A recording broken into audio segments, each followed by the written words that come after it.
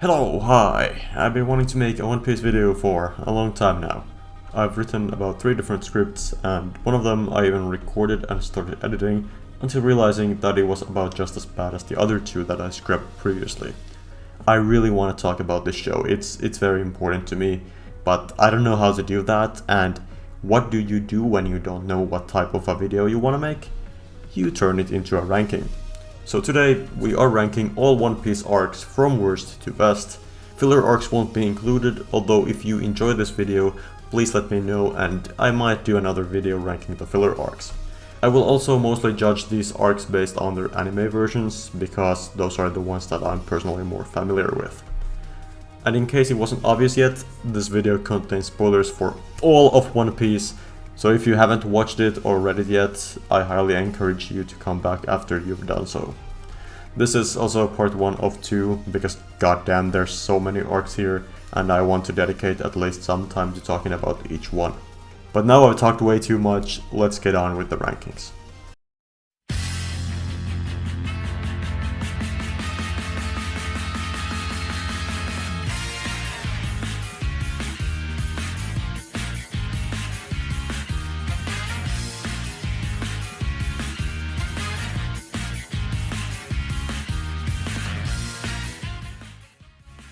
Despite Orange Town ranking as the lowest arc in my books, it's still not bad. One Piece simply does not have bad arcs, in my opinion at least. It's just that Orange Town and many of the other bottom tier arcs just get overshadowed by better arcs. This arc is just the second arc of the entire show, so there simply cannot be as much build up or hype around it, but that's just how early arcs usually go. It's not a long arc at all, but I still found myself not really interested in the story it tried to tell. Don't get me wrong, Buggy is amazing, and this arc serves as his introduction, and he absolutely is one of the best villains in the East Blue Saga and in the show as a whole, but I don't really find his crew all that interesting, until later, but we'll get to that. Aside from Buggy being introduced, Nami is also introduced, and who doesn't like Nami? She has a few pretty good moments here too, the one that comes to mind at first being her refusing to shoot Luffy with the cannon.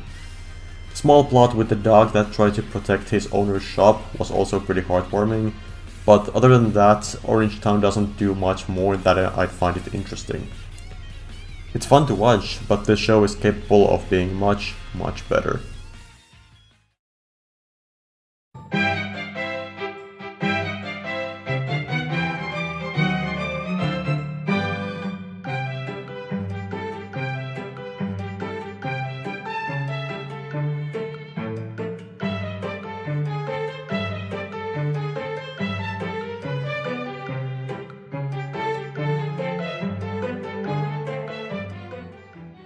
Ah yes, Long Ring Longland. The arc that usually ranks the lowest on many people's lists. For me, it isn't far away from that. I was actually surprised to see how much people hate this arc. Like, sure, I get it, it's really the only non-filler arc that feels like it's filler, and its consequences in terms of world building are minimal, but in all honesty, I found it kinda fun.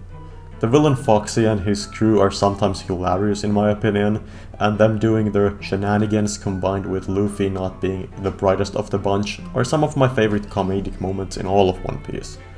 Sure, it isn't very emotional and leans heavily on the comedic side, but I believe it was kinda needed considering what's next to come in the story after this. Oh and yeah, Aokiji makes his first appearance at the end, which is like the only moment that matters story-wise. Outside of that, I found this arc fun, but once again One Piece can be better, and I fully understand why some people don't vibe with this one. But you have to admit, Afro Luffy is Luffy's best form, and it's not even close.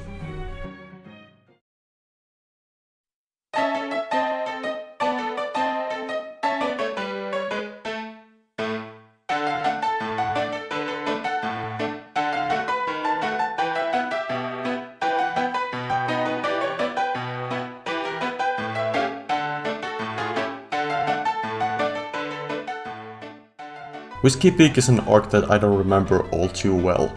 It is kind of a part 2 for the Reverse Mountain arc, and both of these arcs are really short and kind of just set up for the entire Alabasta plot. I do remember some cool moments from this arc, like Zoro being a badass and fighting an army of Baroque works soldiers. And also Vivi is fully introduced here too, I believe, and I just love Vivi. She's one of the best side characters in the show. Oh, and I believe Robin makes her first appearance here too, with her hopping on the Straw Hat's ship out of nowhere, and that moment was really intimidating, so points to that. I do think Whisky Peak is a needed arc for sure, but due to its short length and it being basically purely setup, I don't think I can give it a higher placement.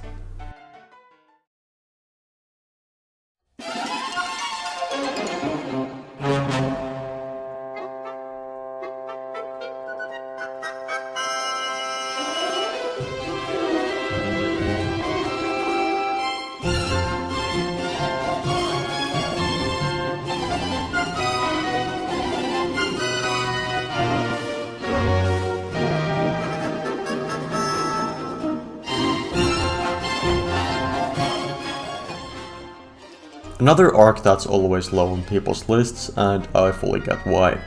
Actually, I could probably shuffle these bottom tier arcs and be fine with whatever order they end up in. Syrup Village is once again an alright arc. We get introduced to Usopp, and even though he's a damn great character, his best moments are still far from this arc, and I think that if he shined more in this arc, it could raise its placement on my list. He does have some good moments here though, like his reason for lying about the pirates that were attacking being his kind of coping mechanism for his father's absence. I think that's pretty cool. However, the main issues I have with this arc are the villains, mainly Kuro, since he's the main villain of course. He's just not really that interesting, and with a better villain, this arc would definitely be more memorable. I do enjoy the role Kaya plays in the story, and she's a character that I wouldn't mind seeing more of. I also have to mention how this arc is One Piece's version of a semi-popular tale called The Boy Who Cried Wolf, which I don't know how many people know of, but I recognized it instantly. One Piece has quite many references to popular tales and stories, and whenever I can point out one, it's pretty cool. Even though we're ranking the arcs based on how they are in the anime, I must say that especially Orange Town and Syrup Village are done much better in the live action. In that adaptation, these two arcs at least, and some of the other East Blue arcs, have much better pacing, and all around, in my opinion, they just play out better. Just wanted to throw that in there.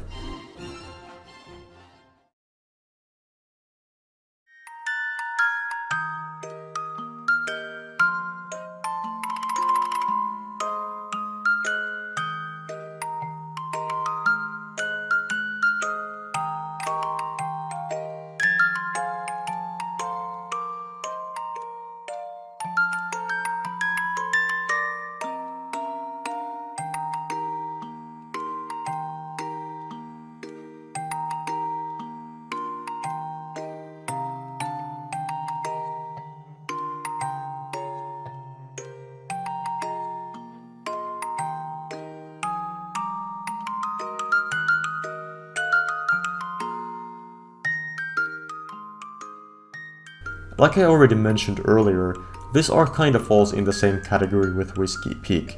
It's once again a very short arc setting up what's to come. However, Reverse Mountain is a bit better in my eyes for one reason. The reason being its much heavier impact on the story. And I'm not talking about just Alabasta here, even though it's important for that storyline too. Reverse Mountain is referenced many times throughout the show, as Laboon and Crocus are important characters that have an impact outside of the Alabasta saga. I think that is enough of a reason to rank this arc higher than Whisky Peak, even though many people think of these two as kind of one package. This arc is also the first arc set on the Grand Line, and it does everything that it needs to do to explain things about it. We learn about traversing the Grand Line, the log poses, and hell, we even learn of what likely is the final destination of the entire show, that being Laugh-Tale, or Raftel, whatever the hell it's actually called. But yeah, a lot of information packed in just 2 episodes.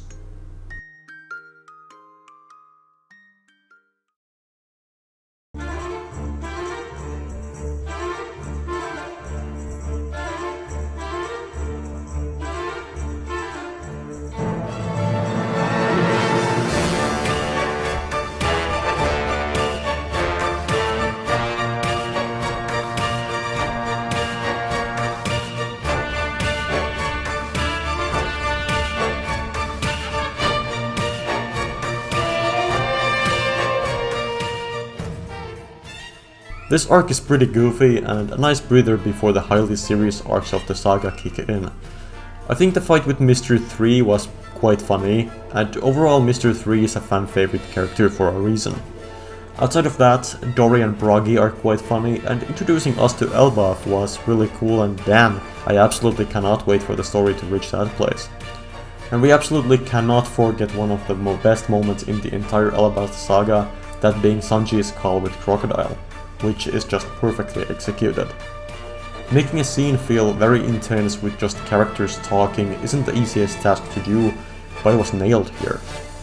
In the end, Little Garden isn't a personal favorite of mine, but it's pretty solid and funny, and important in terms of world building as well as setting up more of the Alabasta plotline.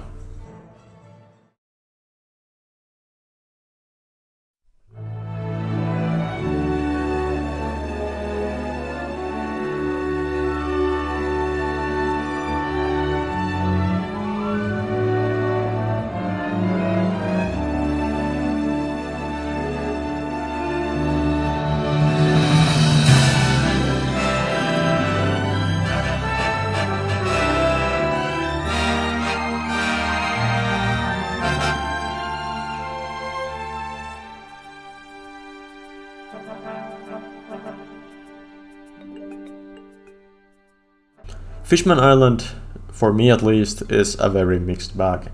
I feel like it does a lot of things well, but at the same time it completely fumbles other important stuff. I thought it would have been a big event, since it was hyped up a long time before we actually got there, and this was also the first big post-timeskip arc. It had a lot of expectations, and I think the general consensus is that it sadly did not deliver. Let's get the positives out first. I really like how this arc fleshed out the relationship and history between humans and fishmen. It's a really interesting topic, and it was nice to see, as it gave context to many characters in the story, including Jinbei, Fisher Tiger, and even Arlong. Like, it's wild how this arc managed to improve Arlong, who was already a great villain, this long after his moment in the spotlight. And he doesn't even make an appearance here outside of flashbacks. I also enjoyed the character of Queen Otohime, I don't know if that's how you spell it, another character that shows up only in the flashbacks.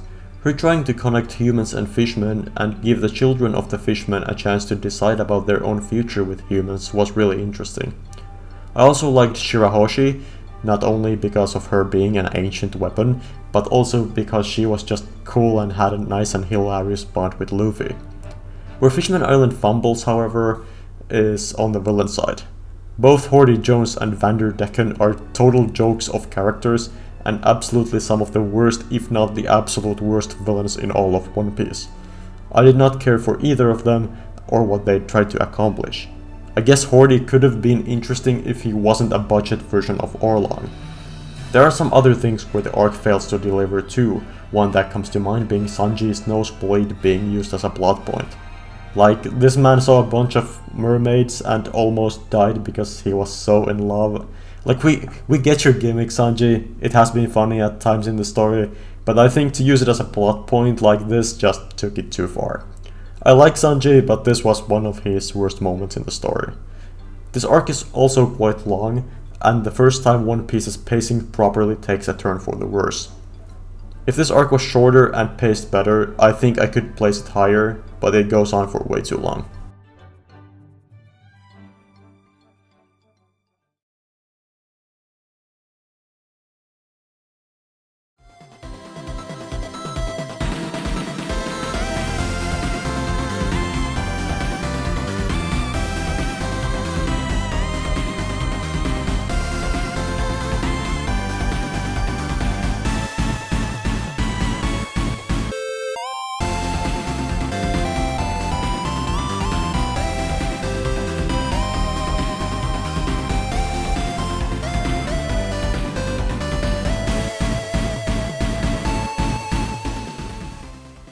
Oh boy, this one is probably the most controversial arc in all of One Piece.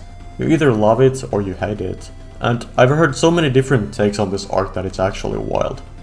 In my opinion, this arc sadly didn't really do it for me until the end.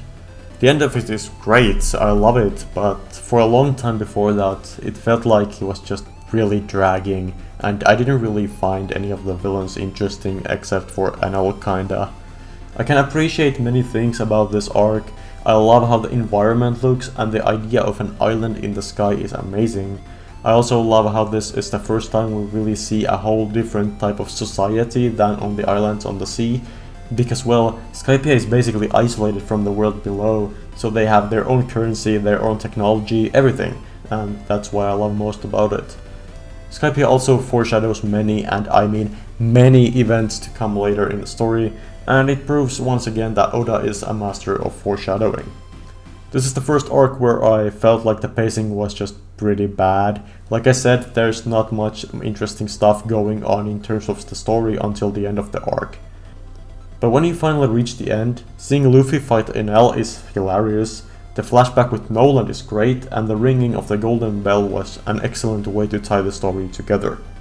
Enel's powers are pretty cool, but I felt like outside of that, he's just kind of a Saturday morning cartoon villain who is evil because he wants to be evil.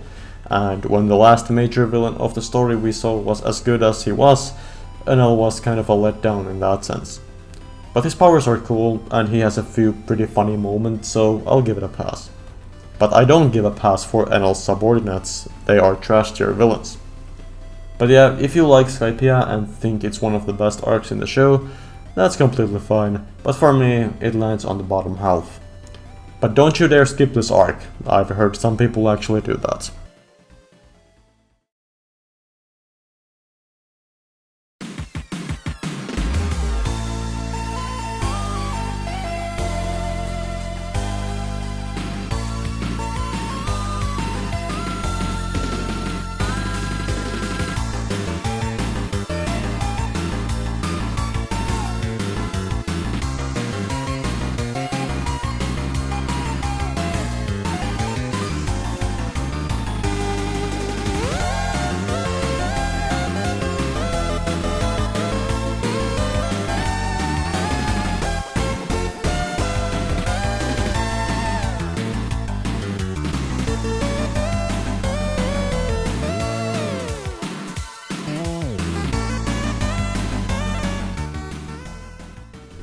This is the first post-time skip arc of the show, and it had a lot on its shoulders coming off of the Marineford and post-war arcs, and it mostly delivered.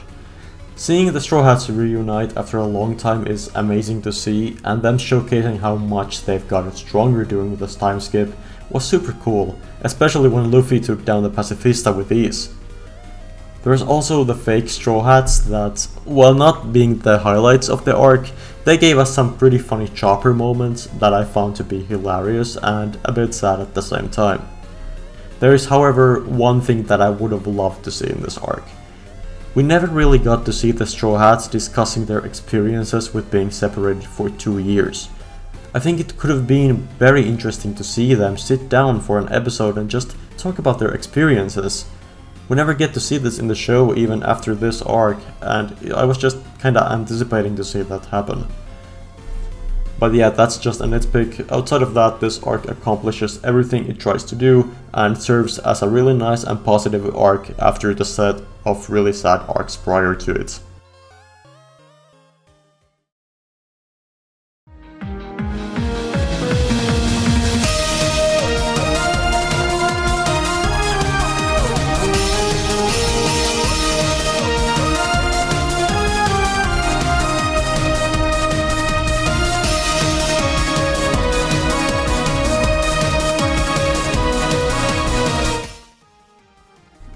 Ah yes, Romance Dawn, where everything began. As an introduction to this story, I think Romance Dawn does things well enough. It's not the best possible opening to a show, but it does everything it needs to do. Now that we're talking about these very early arcs, we have to remember that there can't be any build-up that improves some of the other arcs of One Piece, which makes it so that these arcs are easily overshadowed by others. And that's completely fine. Romance Dawn is short, but in that time it manages to deliver introductions to both Luffy and Zoro, as well as establish the world, the marines, other pirates that travel the seas, and not to forget, the main goal of the entire show is made very clear right at the start. From what I've heard, people don't usually fall in love with the show with this arc, but I was on board right when I saw Luffy for the first time. I knew right away that this show would be something special, and I was right. Roman's Dawn is iconic and serves as a good start for this long journey.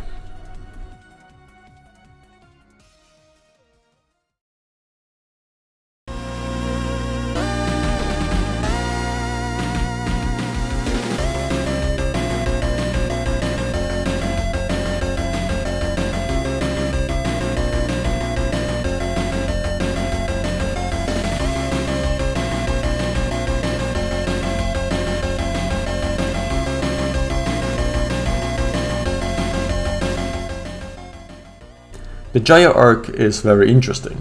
Sure, it does mainly set up the Skypiea arc, and it does that wonderfully in my opinion, but that's not even the best content of this arc.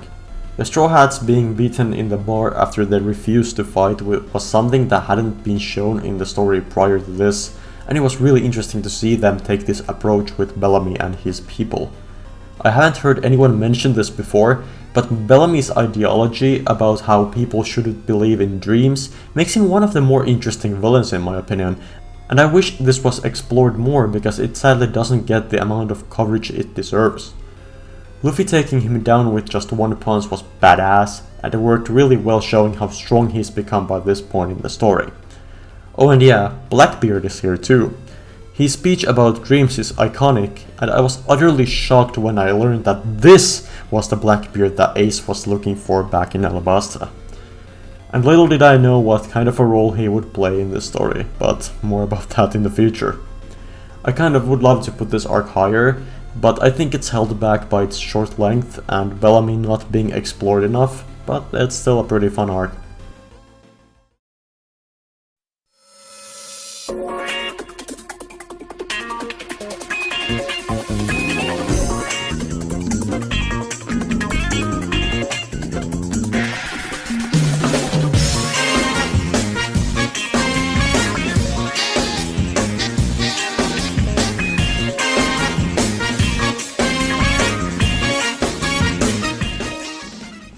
The calm after and before the storm. Amazon Lily is funny as hell, and a much needed breather in the middle of the saddest saga in all of One Piece. I've heard that some people don't really like this arc, and yeah, I admit it felt a bit weird coming after the emotional ending of Sabaody, but I had a lot of fun watching this one. This is the first time we see Luffy really separated from his crew. He's totally alone, well, until he of course does what Luffy does best and makes some, I think I can call them friends. Luffy has some incredible moments in this arc as a whole, such as choosing to save these two women instead of getting a ship out of the island. I also adore the relationship between Luffy and Hancock. It's some of the funniest content in the show, and I enjoyed every moment of it. Like the most beautiful woman in the world, and a warlord of the sea who always looks down on men, falls in love with this fucking goofball. Truly the wildest plot twist in all of One Piece. Jokes aside, I think Amazon Lily is placed perfectly between these depressing arcs, giving us a little moment to catch our breath.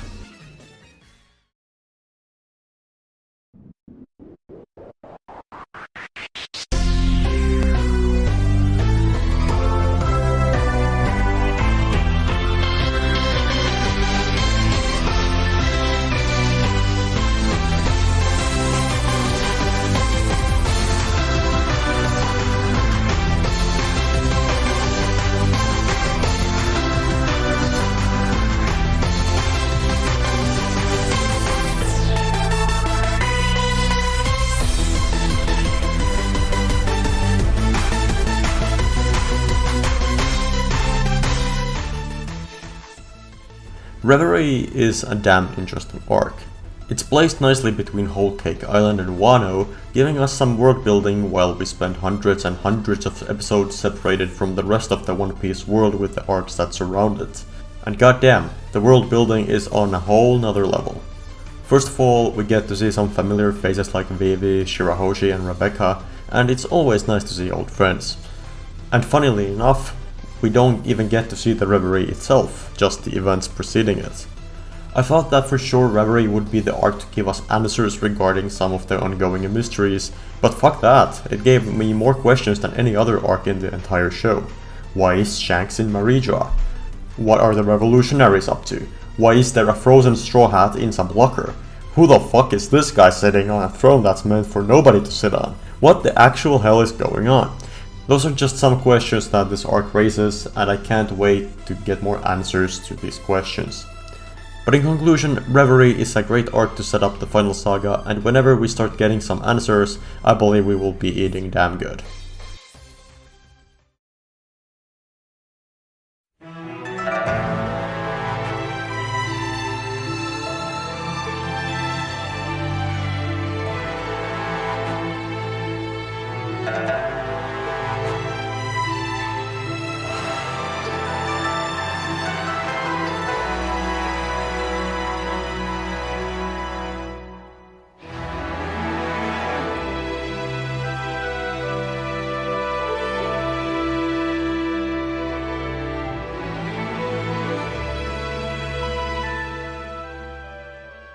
If Reverie is the best world-building arc in One Piece, Zou is the best setup arc. One could say that those two are synonyms, but I disagree, at least in this case. While Reverie sets up bigger questions and events that happen in the world, Zou sets up the main story for the next at least 300 episodes. It's actually insane how much stuff is jam-packed in this arc. First of all, Zou as a location is batshit crazy. An island that's on top of an ancient elephant, only One Piece could pull off something like this. The events that the Minks had to go through with Kaido's subordinates, Jack and the gang, are heartbreaking, and the reveal that the one that Jack was looking for, Raizo, was actually here all along, and the Minks just lied about not knowing him even when they were brutally being killed and their homes being destroyed. Man, hats off to these guys. And then the revelations. God damn. Learning more about poneglyphs was amazing, and seeing the plan to not only take down Kaido, but also to infiltrate Big Mom's territory to get Sanji back. Oh yeah, the mystery of Sanji's whereabouts is handled super well, and raises some big questions that will come to play in the next big story arc. While Zou does everything it needs to do well, being a setup arc that is, I still think I can't rank setup arcs super high. But it is true that these arcs really elevate the ones they're setting up, and for that I truly appreciate Zou.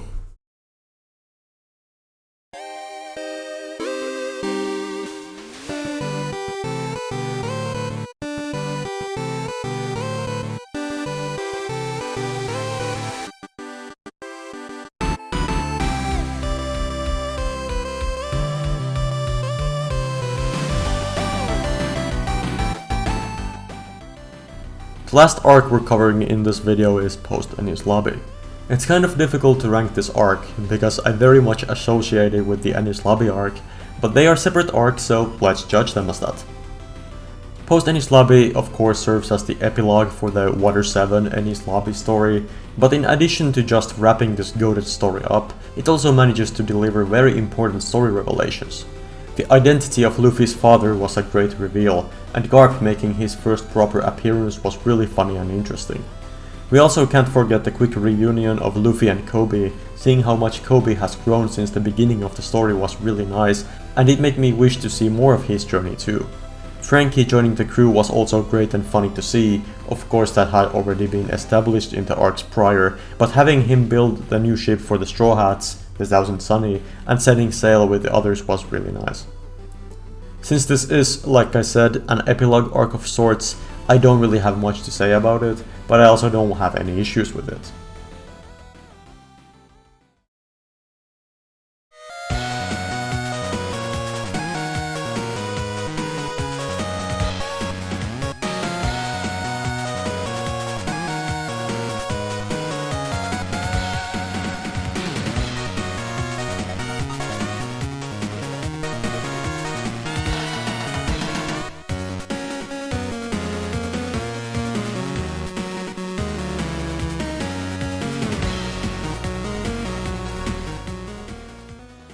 I view Thriller Bark as kind of a better version of Skypiea.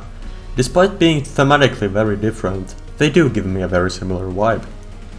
Both have top tier humor, but sadly fall short in terms of the main villain and their subordinates being quite mediocre. Going into Thriller Bark and learning that Gecko Moria was a warlord of the sea got me really hyped, because the warlords had been set up as interesting and very powerful characters, but sadly Moria is easily the most bland and boring of the warlords in my opinion. I didn't really like him at all. Okay, I know I said that Moria's subordinates are mediocre, but there's one exception, that being Perona. Her fight with Usopp is genuinely one of the funniest moments in the show, and I do like that she plays a part later in the story as well, unlike her master. Of course, this arc also serves as the introduction of Brook, and I found Brook very likable from the very start, so that's definitely a plus. What truly separates Thriller Bark from Skypiea, and the reason why it's so much higher on this list, is of course its ending. It's crazy how they managed to take this mostly pretty mediocre arc and have the ending have some of the best moments in all of One Piece. I don't know how they pulled it off, but after the fight with Moria ends, this arc does a complete 180-degree turn and becomes absolutely goated. Kuma's introduction is intense as hell, and his very short screen time in this arc was already enough to make him a way better character than Moria, not to mention how much Kuma still improves later down the line. Zoro gets to shine here as well. The nothing happened moment is easily my favorite scene of Zoro. This is how the Pirate King's right-hand man is supposed to act, and goddamn, it's beautiful. Brook's backstory, which is fully shown at the end of the arc as well, is one of the most emotional moments in the story. Seeing Brook's crew singing their final song as they die one by one, and then seeing Brook being the only one alive, sailing on the sea for decades with no contact to anyone, is heartbreaking. In conclusion, Thriller Bark definitely has a lot of low points, but when it decides to be good, goddamn, it is good.